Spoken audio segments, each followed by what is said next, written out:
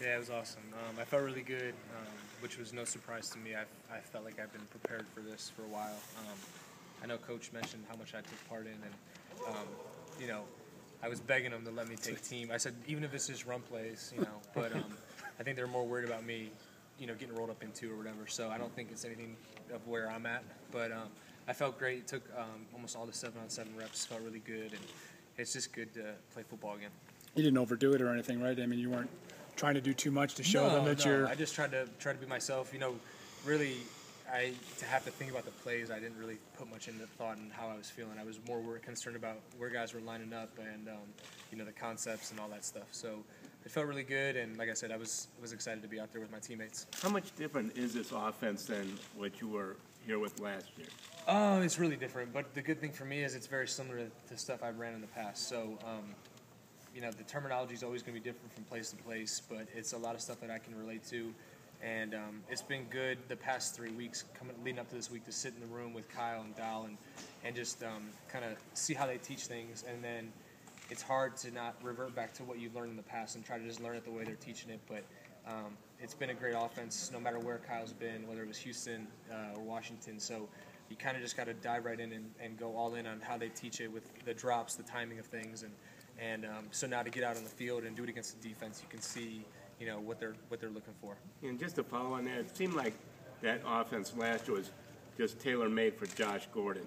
How do you think he will play in this offense? I think Josh will be great in any offense, but you look to when Kyle was in Houston, they had Andre Johnson, and he put up huge numbers last year. Pierre Garçon. I think the best thing about this offense is you can move Josh around, so people don't always lock in on him. You could even see out here against our defense today where there was times where they tried to double team him, but with the motions and things like that, it gives him opportunity to get open and not be double teamed.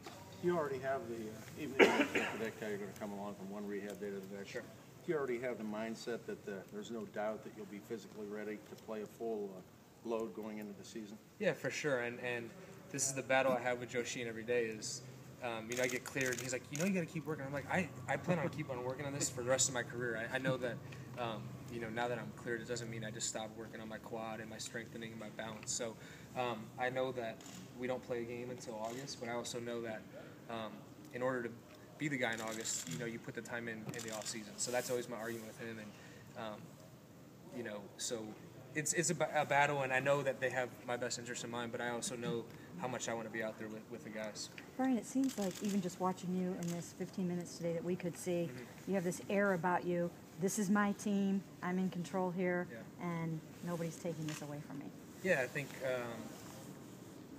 I waited so long for that opportunity last year, and I got it. And my mentality hasn't changed from when I took over the team last year. And unfortunately, I had to deal with the injury and battle my way back. But until someone tells me otherwise, I'm acting like I'm the starter, and that's my game plan. And I've always prepared that way, even when I was in New England, and I knew I wasn't going to play.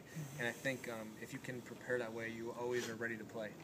Brian, all the your mind when you heard the openers at Pittsburgh? It's pretty cool. It's a good way to start a new era, I think. And obviously, growing up here, I know a lot about that rivalry. So I know how much it means to this organization, to this city, and being from this city and now having the opportunity to play for this team, I don't think there's anyone in the world that wants the Browns to win more than me, and that's what I work towards every day. Brian, all the draft speculation centers around, the Browns need a franchise quarterback. When you hear that, does that motivate you? Does that irk you? How does that make you feel? Well, I don't hear it that much because I don't pay attention, but I know that's, as you mentioned, that's probably the MO out there, but it doesn't bother me. I think people are always going to speculate. That's your job. You guys have to write something. So I know how I feel about myself. I know how my teammates feel. I'm trying to go out and prove it to these new coaches, and all I can really ask for is a chance, and I think I'll get that. And like I said, I'm going out there every day, and until someone tells me otherwise, I feel like I'm the starter for this team. What about, Matt Schaub? They were trying to get Matt Schaub. I mean, there's all different kinds of things that swirl around. Did that have any impact on you? No, I mean, you can't worry about things you can't control. I've learned that a long time ago. So I really had and maybe it was good that I had to focus on my rehab because it kept me focused on that. And then, building every day to get better and stronger. So I really don't focus too much. And really now, if you look back hindsight, it would have been worthless to worry about because he's in Oakland and I'm here. So, you know, to worry about things that you can't control, it was driving you nuts. How did you deal with the weeks after you got the injury? Yeah. You get off to this electrifying start in your hometown, and then how did you deal with that idle time of, gosh, I had it, and then I go down in that game? It was tough. I think, you know, they pretty much knew that I tore my ACL that night, and they told me, and you always hold out that little bit of hope that maybe they're wrong. But, you know, I felt sorry for myself for about a half hour, and I said, well, if this is the case, I think, you know, you prove what you can do out on the field and just work back as hard as you can to get back. And, you know, at the time I didn't know what was going to transpire the rest of the year. But, you know, once I found out that we were going to have a new staff and we were going to have this mini camp, I really shot for this, you know, timetable to be able to participate as much as I could because I knew I'd have to prove myself again. And it's something I've had to deal with throughout my whole career, whether it was college or in the NFL.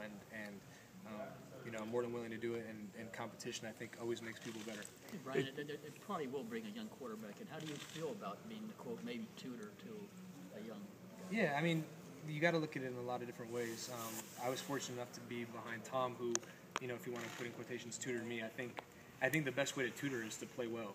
And see, guys, you know, I didn't always ask a ton of questions. He didn't always tell me what he was thinking, but to be able to sit there and watch someone put the time in, work hard, see how they attack, you know, their preparation. I think that's the best way to tutor someone is to show them how to do it the right way.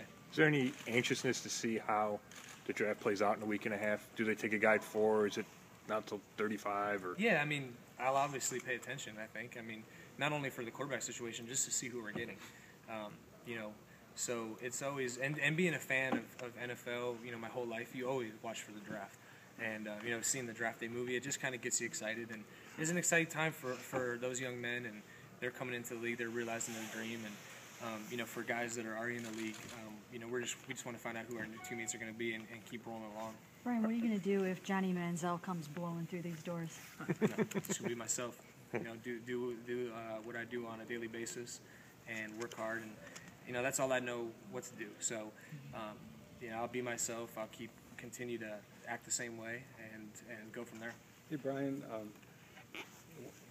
you said at the Super Bowl you know they're going to draft a quarterback. You just don't know when. You're kind of in a role now of being a mentor like Brady was. Sure. But while you're playing, I mean, what do you feel about the dual roles now, of not only starting but also being an example? Well, I think first and foremost, my responsibility is to win games for this team. So, like I said to these guys, the best way I think to be a role model or a tutor is to play the best you can and show a young guy what it takes to win in this league. And I was fortunate enough to be behind the best in that aspect. So I think I'll take that role. I'll never not answer a question. I know there's guys who see it as a threat. I think you always try to help your entire team because when it comes down to it, you want your team to win. So, you know, I don't really think about it much. And like I told Mary Kay, I'll be myself and continue to work hard and you know, try to do what I do best to help the team win. Are you begging for a wide receiver at 4? I don't know how much pull I have, so not really.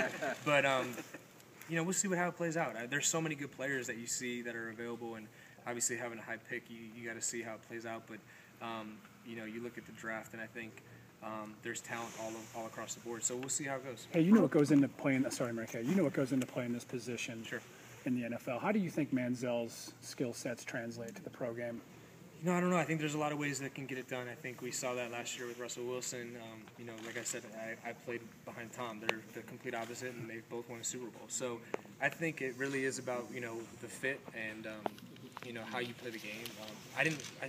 The only college football I really watched last year was Michigan State. So I've seen highlights, you know, here and there. But I think, and everybody's unique. No one's the same, and the way I play is different the way that Tom plays, which is different from Peyton and so on. So I think if you know, do it the right way and go about it and you work hard, I think it doesn't matter what type of quarterback you are. Brian, Got time for one last question? Though you're home playing in your hometown, and that's comfortable, but all the coaches are new again. Sure. Are you out of a comfort zone or in a comfort zone heading into this year? You know, I don't know if there's ever a comfort zone, especially the way my career's gone. No matter what happens, if Ray Farmer's telling me to come to his office, I'm thinking, it's over or something. That's just the way I had to deal with it when it was kind of came out of nowhere in New England and other places. So I'm always, I think, got a chip on my shoulder. I'm always trying to work hard to get better. And now I'm not so much worried about that. I'm worried about learning the system, not just for myself, but so I can be out there helping those guys line up, what route to run and those types of things. So I don't think you can ever get in a comfort zone and play well. Thanks.